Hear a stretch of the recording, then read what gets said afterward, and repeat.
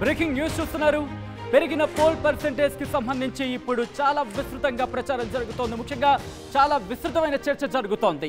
పెరిగిన pole percentage ఏం జరగబోతోంది అనేది, గత రికార్డ్స్ ఏం చెబుతున్నాయి, గత చరిత్ర ఏం చెబుతోంది, దాంతోపాటు ఏం జరగచ్చు 2024కి సంబంధించి ఏం జరగచ్చు అనే అంశానికి సంబంధించి తీవ్రమైన డిస్కషన్ జరుగుతుందనే చెప్పుకోవాలి. అయితే ఈ నేపథ్యంలో చాలామందికి చాలా సందేహాలు, వాటిని బయట పెట్టకూడదు. కానీ దీనికి సంబంధించి మీకున్న సందేహాలకు సంబంధించి ఆ క్వశ్చన్ మార్క్స్కి ఆన్సర్ చేసుకోగలిగితే కనుక ఈజీగా గెస్ చేయొచ్చు. ఈ నేపథ్యంలో 4వ తారీఖున జూన్ 4న ఏం జరగచ్చు అనేది ఒక 4 సవాళ్లను మీ ముందుంచే ప్రయత్నం చేస్తున్నాను. ఆ 4 సవాళ్లకు సంబంధించి మీరు ఊహించగలిగిన, వాటిని గెస్ చేయగలిగిన దాదాపుగా మీకు అంతు చిక్కేస్తుంది ఏం జరగచ్చు అనేది. ఇంతకీ ఆ 4 సవాళ్ళు ఏంటి, ఆ 4 సవాళ్లకు సంబంధించి మేము అందించే ప్రయత్నం చేస్తాను. ఆ సవాళ్లకు సంబంధించి సమాధానం కనుక మీరు గెస్ చేయగలిగితే దాదాపుగా ఆ రిజల్ట్స్కి సంబంధించి మీరు ఊహించవచ్చు. అటువంటి సిచ్యువేషనే. సో మీరు ఎటువంటి ఊహ మీకు అందుతోంది అనేది కామెంట్ బాక్స్లో మెన్షన్ చేసే ప్రయత్నం చేయండి. అండ్ ఇప్పుడు మొట్టమొదటి సవాల్తో నేను స్టార్ట్ చేయబోతున్నాను. మొట్టమొదటి సవాల్ని ఇక్కడ మనం చూసే ప్రయత్నం చేద్దాం. ఎస్, 2009 నుంచి మనం మొదలు పెడదాం. 2009కి సంబంధించి 2009లో ఇక్కడ మీరు కనుక చూస్తే 72.63% అప్పుడు పోల్ పర్సెంటేజ్ నమోదైంది. ఆ తర్వాత 2014కు సంబంధించి మీరు చూస్తే కనుక 78.9%. సో ఇక్కడ మీరు చూస్తే దాదాపుగా 6% పెరిగిందనే చెప్పుకోవచ్చు. 6% ఓటింగ్ పర్సెంటేజ్ పెరిగింది. ఏం జరిగింది? ప్రభుత్వం మారిన పరిస్థితి మనం చూసాం 2009 నుంచి 2014కి సంబంధించి. ఇక 2014 నుంచి 2019 ఇక్కడ మీరు చూస్తే కనుక 2014లో 78.9% పోలింగ్ నమోదైతే 2019కి రాబోతుకి 79.8% పోలింగ్ నమోదైంది. అంటే దాదాపు 1%, సుమారుగా 1% అని చెప్పుకోవాలి. సో ఇక్కడ కూడా మీరు చూస్తే కనుక ప్రభుత్వం మారింది. ప్రభుత్వం మారిన సందర్భాన్ని మనం చూస్తున్నాం. ఇప్పుడు 2019కి సంబంధించి 79.8% మనం చూసాం. 2019 నుంచి 2024కి మీరు చూస్తే కనుక ఇప్పుడు 81, అంటే దాదాపుగా 2% ఇక్కడ మనకి పెరిగిన పరిస్థితి. 2% పెరిగింది. సో ఈ నేపథ్యంలో ఏం చేయొచ్చు, దీనికి ఈ సవాల్కి సంబంధించి మీరు ఆన్సర్ గెస్ చేయగలిగితే కనుక ఒక కార్నర్ని ఎక్స్పెక్ట్ చేయొచ్చు అనేది మనకి క్లియర్గా ఒక పిక్చర్ అనేది అర్థమవుతుంది. సో దీనికి సంబంధించి ఏం జరగచ్చు అనేది మొదటి సవాల్కి సంబంధించిన ఆన్సర్ కావచ్చు, మొదటి సవాల్కి సంబంధించిన సమాధానం కావచ్చు, మీరు గెస్ చేయగలిగితే కింద కామెంట్ బాక్స్లో మెన్షన్ చేయడం మాత్రం మర్చిపోకండి. ఇది మొదటి సవాల్కి సంబంధించి. ఇక రెండో సవాల్కి వెళ్ళే ప్రయత్నం చేస్తాను. రెండో సవాల్కి సంబంధించి చూసే ప్రయత్నం చేద్దాం. రెండో సవాల్ హియర్ ఇట్ ఇస్. పోస్టల్ బ్యాలెట్స్కి సంబంధించి మనం మాట్లాడుకునే ప్రయత్నం చేస్తే కనుక పోస్టల్ బ్యాలెట్స్ చాలా కీలకమని చెప్పుకుంటూ ఉంటాం. ఇక్కడ 2019లో 1.2 లక్షల సంబంధించి పోస్టల్ బ్యాలెట్స్ అనేవి ఓటింగ్ నమోదైంది. ఇక్కడ 2024కు సంబంధించి 4.3 లక్షల మంది పోస్టల్ బ్యాలెట్ని వినియోగించుకోవడం జరిగింది. అసలు ఇంతకీ పోస్టల్ బ్యాలెట్ అంటే ఏంటి అనేది చాలామందికి ఇంకా ఎక్కడో దగ్గర డౌట్ ఉంటూ ఉంటుంది. పోస్టల్ బ్యాలెట్ అనే అంశానికి సంబంధించి మాట్లాడుకుంటే ఇది ప్రభుత్వ ఉద్యోగులకు సంబంధించి, అంటే ఆ రోజు ఎన్నికల విధిలో పాల్గొనే వాళ్ళు ఎవరైతే ఉంటారో వాళ్ళకి పోస్టల్ బ్యాలెట్ అనేది ఇవ్వడం జరుగుతుంది. పోస్టల్ బ్యాలెట్ అనేది వినియోగించుకోవడం జరుగుతుంది. కానీ దీనికి సంబంధించి మనం చూస్తే చాలా ఇంట్రెస్టింగ్ అనే చెప్పుకోవాలి. 2019లో 1.2 లక్షల మంది పోస్టల్ బ్యాలెట్ని వినియోగించుకుంటే ఈసారి అంటే 2024కి రాబోతుకి 4.3 లక్షల మంది పోస్టల్ బ్యాలెట్ని వినియోగించుకోవడం జరిగింది. ఒక్కసారి ఇక్కడికి వచ్చే ప్రయత్నం చేద్దాం. ఇక్కడ నేను మీకు క్లియర్గా ఒక్కసారి రాసి చూపించే ప్రయత్నం చేస్తున్నాను. 2024కి సంబంధించి దాదాపు మనకి 4.3 లక్షల మంది కనిపిస్తున్నారు. కానీ మనకు అందుతున్న సమాచారం ప్రకారం దాదాపు 5 లక్షల మంది, అవును 5 లక్షల మంది పోస్టల్ బ్యాలెట్స్కి సంబంధించి వాళ్ళు అభ్యర్థన పెట్టుకున్నట్టుగా తెలుస్తోంది. అంటే ఒక్కసారి మీరు చూడొచ్చు దాదాపు ఏ స్థాయిలో పోస్టల్ బ్యాలెట్ని ఇక్కడ పోస్టల్ బ్యాలెట్కి సంబంధించి ఏ మేర రిక్వెస్ట్ వెళ్ళింది అనేది. పోస్టల్ బ్యాలెట్కి సంబంధించి ఇక్కడ మాట్లాడుకుంటే కనుక ఇది పల్స్ తెలియజేస్తూ ఉంటుంది. కౌంటింగ్ రోజు గురించి కూడా మాట్లాడుకుంటే పోస్టల్ బ్యాలెట్ బట్టి ట్రెండ్ అర్థమవుతుంది అనే ఒక మాట మనకి వినిపిస్తూ ఉంటుంది. సో అటువంటి సినారియో కాబట్టి నేను అంతవరకు వెళ్ళట్లేదు. ఈ సవాల్కి సంబంధించి ఏంటంటే మాట్లాడుకునే ప్రయత్నం చేసినప్పుడు పోస్టల్ బ్యాలెట్ అనేది ప్రభుత్వ ఉద్యోగులకు సంబంధించి పల్స్ తెలియజేస్తుందని మన మాట వినిపిస్తూ ఉంటుంది. అంటే ప్రభుత్వ ఉద్యోగులు సంతోషంగా ఉంటే ఎటువంటి సినారియో ఉంటుందో మనం చూస్తాం. అట్ ద సేమ్ టైం వాళ్ళు అసంతృప్తిలో ఉంటే ఎటువంటి సినారియో ఉంటుందో మనకు తెలుసు. సో ఇటువంటి పరిస్థితుల్లో, ఇటువంటి నేపథ్యంలో పోస్టల్ బ్యాలెట్కి సంబంధించి ఒకసారి మనకు అర్థమవుతుంది ఏ స్థాయిలో ఇక్కడ ఓట్ అనేది పడిందో పోస్టల్ బ్యాలెట్కి సంబంధించి. అంటే గతంలో చూసుకుంటే 1.2 లక్షలే, కానీ ఇక్కడ చూసుకుంటే కనుక 3 అంతులు పెరిగిందనే చెప్పుకోవాలి. దాదాపు 3 అంతులు పెరిగిందే చెప్పుకోవాలి. సో ఈ నేపథ్యంలో పోస్టల్ బ్యాలెట్ కూడా చాలా ఇంట్రెస్టింగ్గా మారింది. దీనికి సంబంధించి ఒక ఇంట్రెస్టింగ్ టాపిక్ నెక్స్ట్ మాట్లాడుకునే ప్రయత్నం చేద్దాం. అదేంటంటే ఎక్కడెక్కడ ఎంతెంత నమోదైంది అనేది ఒకసారి చూసే ప్రయత్నం చేద్దాం. పోస్టల్ బ్యాలెట్స్కి సంబంధించి లోక్సభ నియోజకవర్గాల వారీగా ఎక్కడ ఎంత మేర నమోదైంది ఒకసారి చూసే ప్రయత్నం చేద్దాం. ముందుగా శ్రీకాకుళం నుంచి మొదలు పెడదాం. శ్రీకాకుళానికి సంబంధించి మీరు చూస్తే ఇక్కడ 23,574 ఓట్లు ఇక్కడ పోస్టల్ బ్యాలెట్కి సంబంధించి నమోదయ్యాయి. ఇక నెల్లూరుకి సంబంధించి చూసుకుంటే నెల్లూరుకి సంబంధించి చూసుకుంటే 22,196 ఓట్లు పడ్డాయి పోస్టల్ బ్యాలెట్ ద్వారా. ఇక దాంతోపాటు విశాఖ 19,609 ఓట్లు ఇక్కడ రికార్డ్ అయ్యాయి. నంద్యాలకు సంబంధించి చూసుకుంటే 18,308 ఓట్లు ఇక్కడ పడ్డాయి. ఇక దాంతోపాటు ఒంగోలులో 18,032, దాంతోపాటు అనంతపూర్కి సంబంధించి 18,450, ఇక రాజంపేట 18,390. ఎందుకు మనం వీటి గురించి మాట్లాడుకుంటున్నామంటే కనుక ఒక్కసారి ఆలోచించండి. ఎప్పుడైనా మెజారిటీ గురించి కావచ్చు లేదా డిఫరెన్సెస్ కావచ్చు, వాటి గురించి మాట్లాడుకున్నప్పుడు 10,000, 20,000 ఓట్ల తేడాతో కూడా గెలిపోవటంలో డిసైడ్ అయిపోతుంది. ఇన్ఫాక్ట్ ఒక్క ఓటుతో కూడా గెలిపోవటంలో డిసైడ్ అయిపోతూ ఉంటాయి. ఈ నేపథ్యంలో పోస్టల్ బ్యాలెట్కి సంబంధించి చాలా కీలక పాత్ర పోషించే అవకాశం కనిపిస్తోంది. ఇన్ఫాక్ట్ డిసైడింగ్ ఫ్యాక్టర్గా మారే అవకాశం ఉంది అనేది ఇక్కడ మనకి వినిపిస్తూ ఉంటుంది. అయితే 20,000కు దాదాపుగా అటు ఇటుగా 20,000కు దగ్గరగా ఉందంటే కనుక ఎంత ఇంట్రెస్టింగ్గా మారబోతున్నాయి, ఎంత డిసైడింగ్ ఫ్యాక్టర్ కాబోతున్నాయి అనేది మనకు అర్థమవుతుంది. ఒకవేళ దీనికి సంబంధించి రీజన్స్ వారిగా మనం చూసినప్పుడు ఇది కొన్నిటి వరకు మాత్రమే. మిగిలిన వాటికి చూసుకుంటే కనుక అక్కడొక్కడ దాదాపు కొన్ని ప్రాంతాల్లో 3,000, 4,000 ఇట్లాంటి సినారియో కూడా ఉంది. సో ఈ నేపథ్యంలో పోస్టల్ బ్యాలెట్ అనేది చాలా కీలకంగా మారే అవకాశం ఉంది అనేది మనకి ఇక్కడ క్లియర్ పిక్చర్ ద్వారా అర్థమవుతుంది. సో మూవింగ్ ఆన్, నెక్స్ట్ సవాల్. ఇప్పటికే 2 సవాళ్ళు చూసాం. వాటికి సంబంధించి మీరు గెస్ట్ చేసి ఆ సవాల్కి సమాధానం అయితే నేను చెప్పను, మీ సమాధానం ఏవై ఉంటుంది అనేది ఒకసారి కామెంట్స్లో మెన్షన్ చేయండి. Yes, moving on next. మూడోది, ఇక్కడ పురుషులతో పోల్చితే అత్యధికంగా మహిళలు ఓట్లు వేశారనేది మనకు వినిపిస్తోంది. ఒక్కసారి దీనికి సంబంధించి మాట్లాడుకునే ప్రయత్నం చేస్తే కనుక ఇక్కడ మొత్తం ఓట్లు ఎన్ని ఓట్లు పోలయ్యాయి అనేది మనం గమనిస్తే 3,43,40,560 ఓట్లు పోలైతే ఇందులో పురుషులు 1,64,30,359, మహిళల ఓట్లు చూసుకుంటే కనుక 1,69,08,684.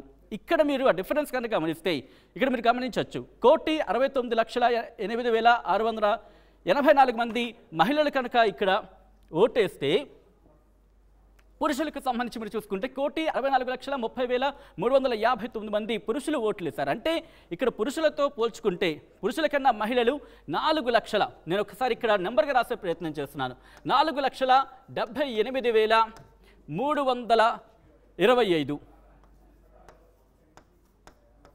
ఒక్కసారి చూడండి, బిగ్గెస్ట్ డిసైడింగ్ ఫ్యాక్టర్ కాబోతున్నానండల్లో ఎటువంటి అతిశయోక్తి లేదని చెప్పుకోవాలి.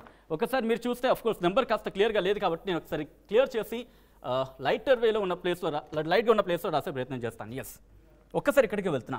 4,78,325. ఒక్కసారి ఈ నెంబర్ చూడండి, ఈ నెంబర్ డిసైడింగ్ ఫ్యాక్టర్ కాబోతోంది. అనదర్ డిసైడింగ్ ఫ్యాక్టర్ కాబోతుంది అండల్లో ఎటువంటి అతిశయోక్తి లేదు. ఎందుకంటే దాదాపుగా 5 లక్షల డిఫరెన్స్ ఉందనే చెప్పుకోవచ్చు. అటువంటి పరిస్థితి మనకి ఇక్కడ అర్థమవుతుంది. అంటే మహిళలు ఏ స్థాయిలో ఓట్లు వేసారో మనకి అర్థమవుతుంది. ఇక్కడ మరొక ఇంట్రెస్టింగ్ అంశం ఏంటంటే 18 ఏళ్ళు పైబడిన వాళ్ళకి సంబంధించి మాట్లాడుకునే ప్రయత్నం చేస్తే కొన్ని వార్తాపత్రిక నుంచి తీసుకున్న సమాచారం కావచ్చు, నెట్వర్క్స్ నుంచి తీసుకున్న ఇన్ఫర్మేషన్ కావచ్చు, దాదాపు ఆంధ్రప్రదేశ్లో 10 లక్షల మంది యువత ఉంటే దాంట్లో మహిళలకు సంబంధించి, అంటే ఇక్కడ మహిళలకు సంబంధించి ఎన్ని ఓట్లు పడ్డాయో దీని పర్సంటేజ్ని బేస్ చేసుకుని తీసుకుంటే కనుక అంటే 80% మంది తమ ఓటు హక్కు వినియోగించుకున్నారన్న మాట వినిపిస్తోంది. అంటే 80,000 మంది, అంటే 80% అనుకుంటే కనుక ఈ 80,000కు సంబంధించి యూత్ తమ ఓటు హక్కు వినియోగించుకున్నారనుకుంటే ఇక్కడ మహిళల ఓట్ల పర్సంటేజ్ని బేస్ చేసుకుని మనం ఇక్కడ చూసుకుంటే దాదాపుగా మనకి ఇక్కడ అర్థమవుతుంది ఏంటంటే 4,05,680. సుమారుగా. అంటే ఇక్కడ క్లియర్ పిక్చర్ మనకు అర్థమవుతుంది ఏంటంటే, ఇక్కడ మీరు చూస్తే కనుక దాదాపుగా 1.21. ఇదొకటి గుర్తుపెట్టుకోండి. మీకు దీనికి అండ్ లాస్ట్లో కొన్ని అంశాలకు సంబంధించి కనెక్టివిటీ ఏంటి అనేది మీకు క్లారిటీ ఇచ్చే ప్రయత్నం చేస్తాను. ఇది మాత్రం గుర్తుపెట్టుకోండి. 1.21% అనేది చాలా ఇంట్రెస్టింగ్గా మారిందనే చెప్పుకోవాలి ఇక్కడ దీనికి సంబంధించి. అలాగే ఇక్కడ నుంచి కాస్త ముందుకు వెళ్ళే ప్రయత్నం చేద్దాం. మహిళా ఓట్లకు సంబంధించి మాట్లాడుకున్నాం, యంగ్స్టర్స్కి సంబంధించి మాట్లాడుకున్నాం, యూత్ గురించి మాట్లాడుకున్నాం. ఇక ఆఖరి సవాల్ని మీ ముందుంచే ప్రయత్నం చేస్తున్నాను. 2019కి సంబంధించి ఒక్కసారి కంపేర్ చేసే ప్రయత్నం చేద్దాం. అంటే 2024 కదా, 2019 ఏంటి సంబంధం అంటే కనుక ఒకసారి క్లియర్ పిక్చర్ చూసే ప్రయత్నం చేద్దాం. అప్పుడు అంటే 2014 సందర్భంలో వైసీపీకి ఓట్ షేర్ కనుక చూసుకుంటే ఇది వచ్చేసి మనకి ఓట్ షేర్, ఇది ఓట్ షేర్, ఇది ఓట్ షేర్, ఇది ఓట్ షేర్. 2019లో వైసీపీకి 49.95%తో 151 సీట్లు వస్తే టీడీపీకి 39.17%తో 23 సీట్లు వచ్చాయి. అలాగే జనసేనకు 5.53%తో 1 సీటు సాధించింది. ఇక బీజేపీ అఫ్కోర్స్ సీట్లు సాధించకపోయినప్పటికీ 0.84% ఓట్ షేర్ని సంపాదించుకుంది. అప్పటికి అఫ్కోర్స్ మనకి బాగా గుర్తు, ఎందుకంటే కూటమి అయితే లేదు, ఇండివిజువల్గా పోటీ చేశాయి. సో ఒక్కసారి ఈ మూడింటిని యాడ్ ఆన్ చేసే ప్రయత్నం చేస్తే కనుక అంటే 39. ఒక్కసారి పెన్ తీసుకుంటాను మళ్ళీ నేను. ఆల్ రైట్, ఒక్కసారి మీరు చూడొచ్చు 39.17, అలాగే 5.53, అలాగే 0.84. ఈ మూడింటిని కనుక మనం జోడిస్తే దాదాపుగా మనకి 45.54 వస్తుంది. 45.54 వస్తుంది. అంటే ఒక్కసారి ఇక్కడ మీరు గమనిస్తే కనుక ఓట్ షేర్ డిఫరెన్స్ అనేది కూటమికి అప్పుడు వచ్చిన కూటమికి సంబంధించి వాటిని క్రోడీకరిస్తే మొత్తం వస్తుంది మనకి 45.54. ఒక్కసారి క్లోజ్ క్యాంప్కి వెళ్ళే ప్రయత్నం చేద్దాం. ఇక్కడ 45.54 అనేది ఓట్ షేర్ అనేది మనకి క్లియర్గా కనిపిస్తోంది. సో ఇంత ఓట్ షేర్ 2019కి సంబంధించి. అండ్ ఈ 45.54 అప్పుడు వైసీపీకి 49 ఇక్కడ రాసే ప్రయత్నం చేస్తా 49.95 వచ్చింది. అండ్ అప్పుడు కూటమికి సంబంధించి మాట్లాడుకుంటే 45.54. సో ఇక్కడ డిఫరెన్స్ దాదాపు మనకి ఎంత వస్తుందంటే కనుక 4.41% వస్తుంది. సో ఇక్కడ గమనిస్తే కనుక ఈ 4.41% మాత్రం డిఫరెన్స్ ఉందనే చెప్పుకోవాలి. కానీ ఇక్కడ ఇంట్రెస్టింగ్గా మాట్లాడుకోవాలంటే కనుక ఒక్కసారి మళ్ళీ క్లియర్ పిక్చర్కి వెళ్ళే ప్రయత్నం చేద్దాం. సో 4.41% అనేది డిఫరెన్స్ ఉందనే చెప్పుకోవాలి. 4.41% డిఫరెన్స్ ఉంది. కానీ ఇందాక మనం చెప్పుకున్నట్టు మహిళలకు సంబంధించి మాట్లాడుకుంటే మహిళలకు సంబంధించి ముఖ్యంగా యూత్కి సంబంధించి యంగ్స్టర్స్ అమ్మాయిలకు సంబంధించి మాట్లాడుకుంటే కనుక ఇక్కడ మనం 1.21% ఉంది. వీళ్ళకు సంబంధించి యంగ్స్టర్స్ అంటే 18 ఏళ్ళ పైబడిన వాళ్ళు, వీళ్ళు సాధారణంగా ఇంటర్నెట్కి చూస్తూ అంటే ఇంటర్నెట్ని ఫాలో అవుతూ ఉంటారు. అట్ ద సేమ్ టైం వీళ్ళు ఎడ్యుకేషన్ని చూశారు, ఫ్యూచర్లో జాబ్ కూడా చూడాల్సి ఉంటుంది. అంటే అన్నింటినీ పరిశీలిస్తూ ఉంటారు. ఫస్ట్ టైం ఓటర్స్ కాబట్టి ఇంకా ఎంతూసియాస్టిక్గా ఉంటూ ఉంటారు. ఈ నేపథ్యంలో వాళ్ళు ఎలా ఇన్ఫ్లుయెన్స్ అయ్యారు, వాళ్ళు ఎవరి వైపు ఉన్నారనేది చాలా డిసైడింగ్ ఫ్యాక్టర్ కాబోతుంది. అట్ ద సేమ్ టైం ఇక్కడ ఉద్యోగస్తుల గురించి మాట్లాడుకున్నప్పుడు పోస్టల్ బ్యాలెట్ వాళ్ళు కూడా మనం చూసుకుంటే 4,32,222 మంది ఉన్నారు. ఇది దాదాపు దీని పర్సంటేజ్ కనుక తీసుకుంటే మనకి 1.29% అని చెప్పుకోవాలి. వీటి రెండింటిని మనం కలుపుకున్నాం అనుకోండి దాదాపుగా మనకి 2.5 చిల్లర వస్తుంది. మనకి సుమారుగా నేను చెప్పే ప్రయత్నం చేస్తున్నాను 2.5% అనేది వస్తుంది. దీన్ని ఇక్కడ ఇక్కడ మైనస్ చేసే ప్రయత్నం చేద్దాం. 4.41 డిఫరెన్స్ అనుకున్నాం మనం. 4.41 నుంచి 2.5 సంబంధించి తీస్తే అప్రాక్సిమేట్గా 2 అనే డిఫరెన్స్ అనేది వస్తుంది. ఇక్కడ అలా కూడా తీసేస్తున్నా సరే ఒక 2% డిఫరెన్స్ అనేది వస్తుంది. ఈ 2% డిఫరెన్స్ ఏం జరగచ్చు అనే అంశానికి సంబంధించి ఇక్కడ ఇంకొక సవాల్ ఉందనే చెప్పుకోవాలి. అది 2% సంబంధించి చాలా క్వశ్చన్స్ రైజ్ అవుతున్నాయి. ఆ 2% ఎవరు ఇంపాక్ట్ చూపించవచ్చు అనేది కాపు ఓట్లకు సంబంధించి ఏమాత్రం ప్రభావం చూపించవచ్చు. ఎందుకంటే 15% 15% కాపు ఓట్లు అనే మాట వినిపిస్తున్న నేపథ్యంలో ఇప్పుడు డిసైడింగ్ ఫ్యాక్టర్ కాబోతుందనే చెప్పుకోవచ్చు. సో ఇక్కడ కాపు ఓట్లు ఎటువైపు ఉన్నాయి? ముద్రగడ పద్మనాభంకి సంబంధించి ఆయన ఇటు వైసీపీకి సపోర్ట్ చేస్తున్న పరిస్థితి నేపథ్యంలో ఇటువైపు వెళ్తానుకునే టైంలో ఆయన కుమార్తె వచ్చారు. ఆయన కుమార్తె వచ్చి చెప్పిన నేపథ్యంలో ఏం జరగచ్చు? కాపు ఓట్లు డివైడ్ అయ్యే అవకాశం ఉంది. అట్ ద సేమ్ టైం ముఖ్యంగా ఏం జరగచ్చు అనే అంశానికి సంబంధించి మాత్రం ఇక్కడ సందిగ్ధత కొనసాగుతుంది. దాంతోపాటు మిగిలిన అంశాలు కూడా ఏమైనా యాడ్ అయితే, ఒకవేళ ఒక 2% యాడ్ అయినా ఇక్కడ డిఫరెన్స్ అనేది ఇంపాక్ట్ చూపించే అవకాశం ఉంది. సో ఇంతటి సినారియోలో ఏం జరగచ్చు అనే అంశానికి సంబంధించి మాత్రం ఉత్కంఠ కొనసాగుతుంది. మాట్లాడే ప్రయత్నం చేద్దాం, విశ్లేషించే ప్రయత్నం చేద్దాం. నాతో పాటు ఈ లైవ్లో జాయిన్ అవుతున్నారు ప్రముఖ విశ్లేషకులు కోటేశ్వరరావు గారు. కోటేశ్వరరావు గారిని అడిగి ఈ సవాళ్లకు సంబంధించి, ఇండివిజువల్గా ఈ సవాళ్లకు సంబంధించి అనలైజ్ చేసే ప్రయత్నం చేద్దాం. కోటేశ్వర గారు నమస్తే అండి. ఆల్ రైట్, కోటేశ్వర గారి దగ్గరికి వెళ్ళే ప్రయత్నం. కోటేశ్వర గారు నమస్తే అండి. నమస్తే. నమస్తే. సో ఒక 4 సవాళ్లకు సంబంధించి మనం మాట్లాడుకునే ప్రయత్నం చేద్దాం. ముందుగా మొదటి సవాల్ నుంచి, ఎందుకంటే ఓటర్ పర్సంటేజ్ పెరిగింది 2009 నుంచి చూసుకుంటే కనుక పర్సంటేజ్ పెరిగినప్పుడల్లా ప్రభుత్వం మారిన సినారియో చూస్తున్నాం. సో ఇప్పుడు ఏం జరగచ్చు అనే అంశానికి సంబంధించి విశ్లేషించే ప్రయత్నం చేస్తే కనుక మీ విశ్లేషణ ఎలా ఉండబోతుంది దీనికి? అంటే పోలింగ్ పర్సంటేజ్ పెరిగిన ప్రతిసారి అది ప్రభుత్వ వ్యతిరేకము అనేటువంటి దానికి మనం ఆ విధమైనటువంటి కన్క్లూజన్స్ కి రానవసరం లేదు అనేది నా అభిప్రాయం. ఎందుకు అంటే పశ్చిమ బెంగాల్ ఎన్నికలను చూసినప్పుడు ప్రభుత్వం మీద వ్యతిరేకత ఉన్నది అనేటువంటి అభిప్రాయం ఎన్నికలకు ముందు వచ్చినప్పుడు అక్కడ పోలింగ్ పర్సంటేజ్ పెరిగింది. కానీ ఫలితాలను చూస్తే తృణమూల్ కాంగ్రెస్ కి వచ్చినటువంటి ఓట్లు పెరిగాయి, సీట్లు పెరిగాయి. అక్కడ ఉన్నటువంటి ప్రత్యేకమైనటువంటి పరిస్థితుల్లో ఆ విధమైనటువంటి ఫలితాలు వచ్చాయి. ఎందుకు అంటే బీజేపీ అనేటువంటిది పెద్ద సవాళ్ళు విసిరింది తృణమూల్ కాంగ్రెస్ కి. బీజేపీ వస్తే పశ్చిమ బెంగాల్కి ప్రమాదం అని చెప్పేసి అక్కడ ఉన్నటువంటి ఓటర్లు భావించారు. లెఫ్ట్ పార్టీలు వెనకాల, అదేవిధంగా కాంగ్రెస్ వెనకాల ఉన్నటువంటి మద్దతుదారులు కూడా బీజేపీని అడ్డుకోవాలంటే ఇష్టం ఉన్నా లేకపోయినా తృణమూల్ కాంగ్రెసే ప్రధానమైనటువంటి ప్రత్యర్థిగా ఉంది కనుక తృణమూల్ కాంగ్రెస్ కి ఓటు చేశారనేటువంటి తర్వాత వెల్లడైనటువంటి అంశాలు. అందువలన ఇక్కడికి వచ్చేసరికి, ఆంధ్రప్రదేశ్కి వచ్చేసరికి ఒక ప్రత్యేకమైనటువంటి పరిస్థితి ఇక్కడ తలెత్తింది. ఇక్కడ ఆ విధంగా ఒక బీజేపీనో లేదా ఒక కాంగ్రెస్ ప్రధానమైనటువంటి సవాలు విసిరేటువంటి స్థితిలో అక్కడ పార్టీలు లేవు. 2 ప్రాంతీయ పార్టీలు, కాకపోతే 3వ చిన్న ప్రాంతీయ పార్టీ జనసేన కూడా అక్కడ రంగంలో ఉంది.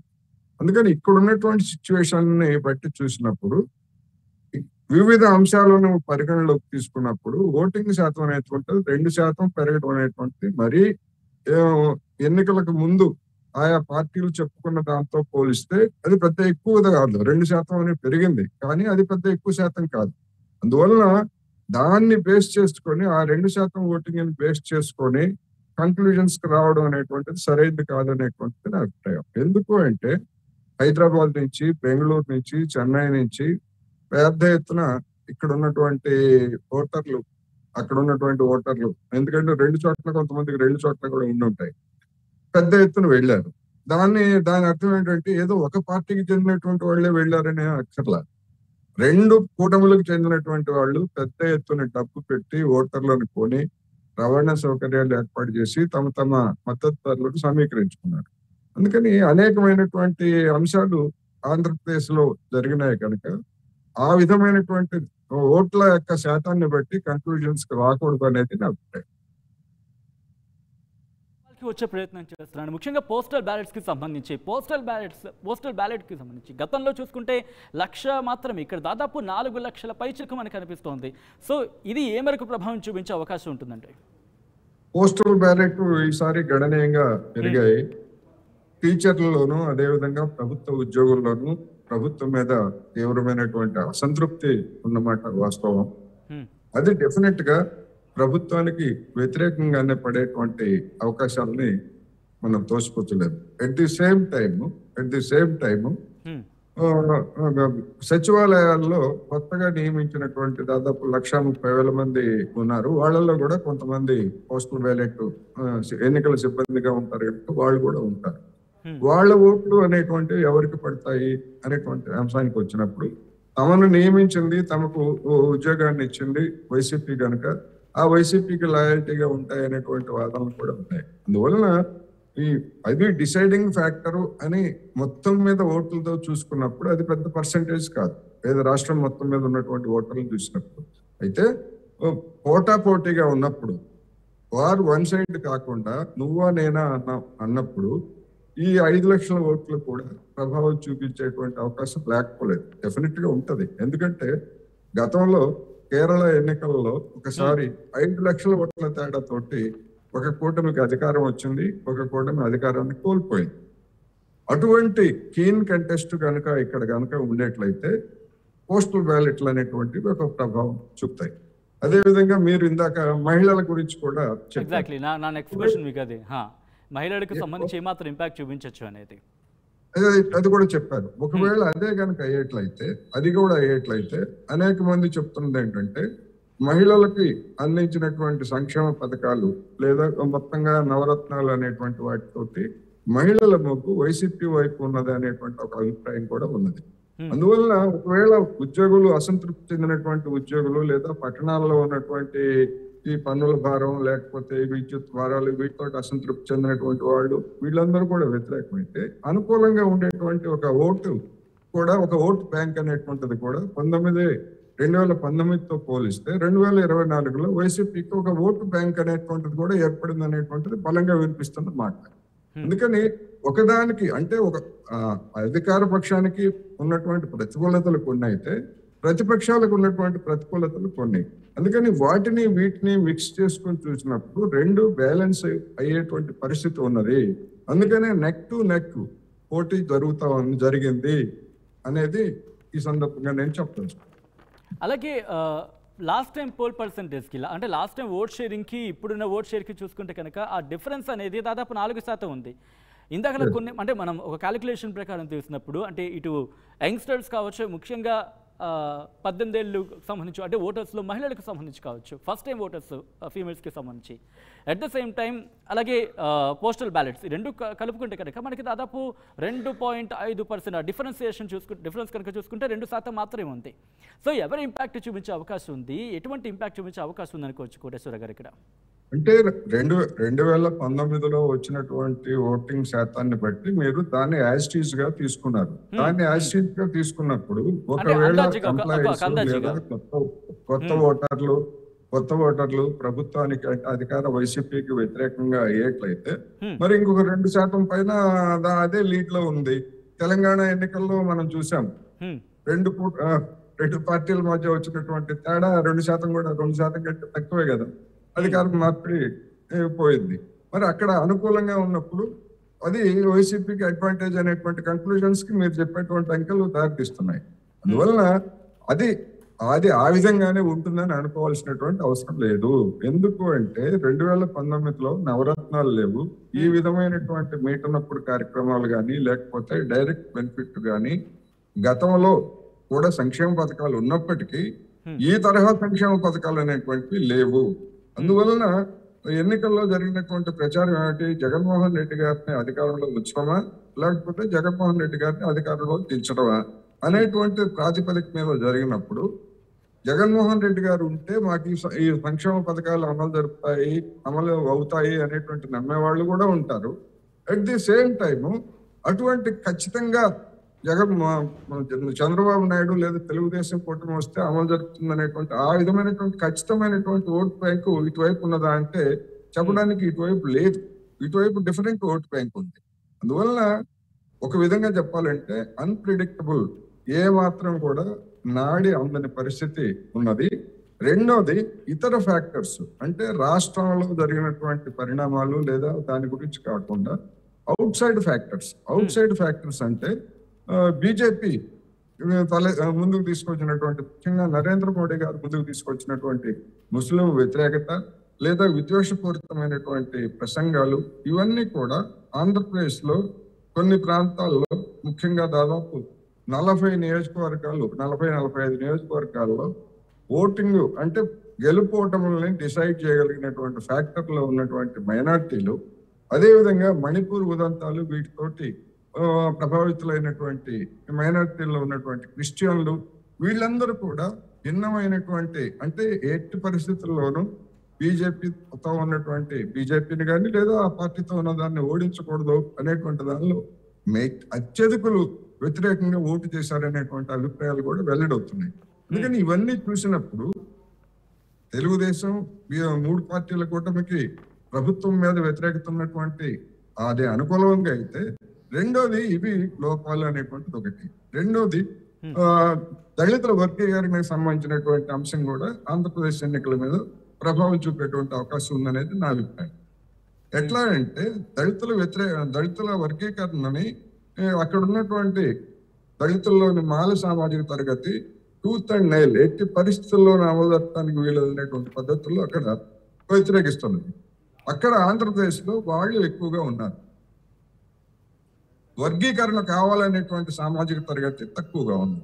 అందువలన ఇట్లాంటి అనేకమైనటువంటి ఫ్యాక్టర్స్ అనుకూలంగా వ్యతిరేకంగా ఉన్నాయి. రెండోది జగన్మోహన్ రెడ్డి గారి మీద కొంత అసంతృప్తి ఉన్నప్పటికీ, ఈ మైనారిటీల్లో కొంత అసంతృప్తి ఉన్నప్పటికీ బీజేపీతో తెలుగుదేశం జనసేన ఈ టైఅప్ కావడం వలన వ్యతిరేకంగా ఇష్టం ఉన్నా లేకపోయినా జగన్మోహన్ రెడ్డి గారికి, అదే విధంగా కాంగ్రెస్ లెఫ్ట్ పార్టీల అభ్యర్థులకు కూడా మైనారిటీల ఓట్లు గణనీయంగా పడ్డాయనేటువంటి వార్తలు వస్తున్నాయి.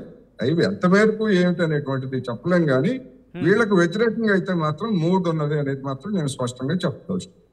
Right, thank you so much Koteswara garu మాతో జాయిన్ అయ్యి దీనికి సంబంధించి విశ్లేషణ అందించినందుకు. సో మొత్తంగా అయితే మాత్రం జూన్ 4న ఏం జరగబోతోంది అనే ఉత్కంఠ మాత్రం కొనసాగుతోంది.